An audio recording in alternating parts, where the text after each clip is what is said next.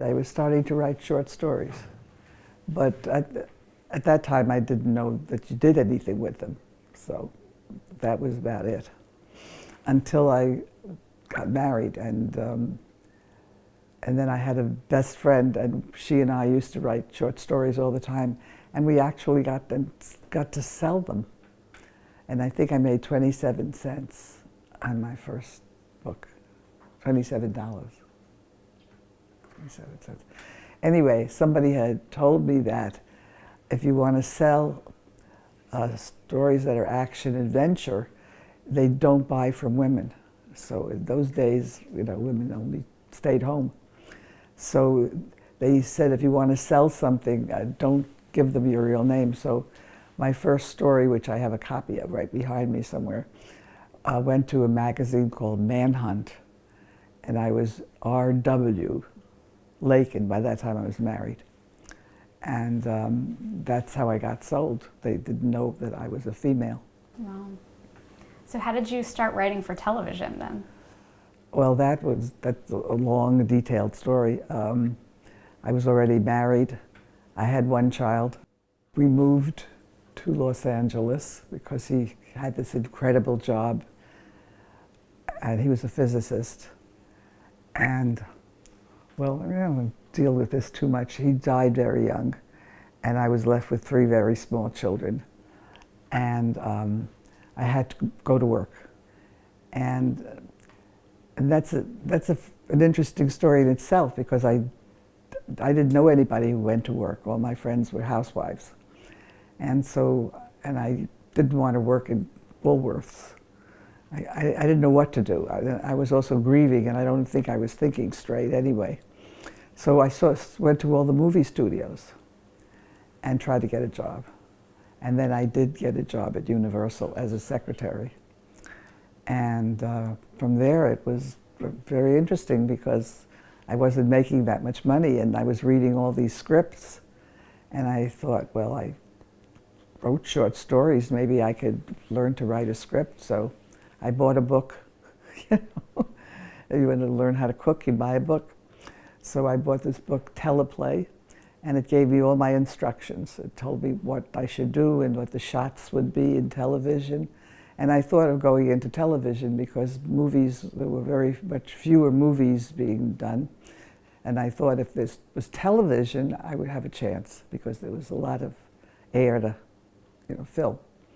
So I started, I learned from Teleplay, and I should have a script ready, because one of these days the door is going to open, and I've got to be ready when opportunity knocks. And he said that in his book, when opportunity knocks, you have to be ready. So I start watching TV.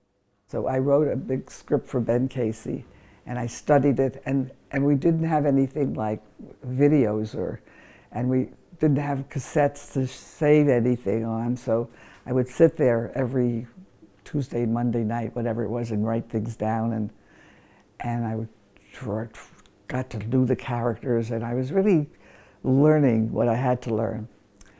And lo and behold, I have this job at Universal, and I'm working for these 2 young, wonderful men, Ned Tannen and Dale Sheets. And they were wonderful. They encouraged me. They caught me reading scripts from the Universal mailing thing. I had to mail scripts to me every day, and my boss has said, "What are you doing?" And I said, "I'm trying to teach myself to write." That's great. That's great. Go ahead, do it. And these agents would come in all the time, and Dale would say to them, "Here's a new writer for you." And usually people ignored me, but in came this guy Mel, and he really wanted my boss to give him business. So when Dale said, "Oh, she's a really good writer," he said, "What am I going to do with her? There are no women writers." He said, "I don't have any women writers." He says, "Can't she find a man to write with?" And he was naming the couples that at that time were writing together, and they were like two couples, maybe 3. And so he said, "All right, I'll take your script home and I'll read it." And I thought I'd never hear from him again. And lo and behold, he comes up and says, you know, I've got you a job. Maybe we're going to go to Richard Chamberlain's show. And I prepared for it. I was very upset because I had written for Ben Casey and the characters were entirely different for Dr. Kildare.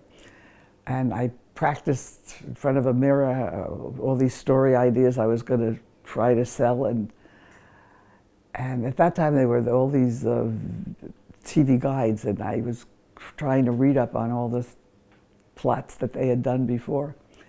So we went into this meeting, and there was David Victor, who I learned later was one of the most amazing men, because all he did is give people starts in the business. I mean, he was just amazing. What happened was I walk in the room and there's David Victor, who looks like he could have been Santa Claus. He was this, you know, darling, roly-poly, cheerful guy, and then this very nice-looking young man was there.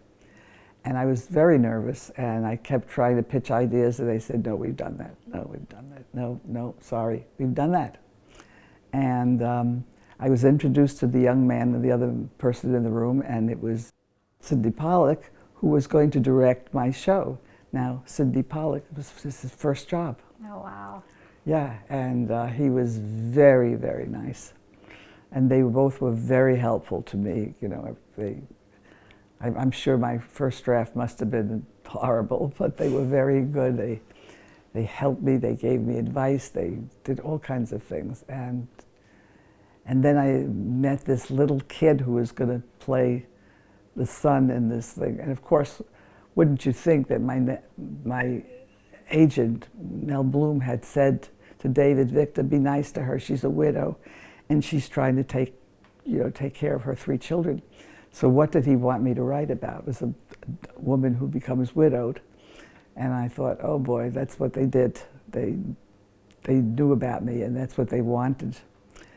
And so I met this little boy, Ron Howard, so I think he was 7, maybe 8. And I think he was already a star. He was Opie on this other show. Mm-hmm. Anyway, so it was an amazing experience, a first-time job. And everything went very well.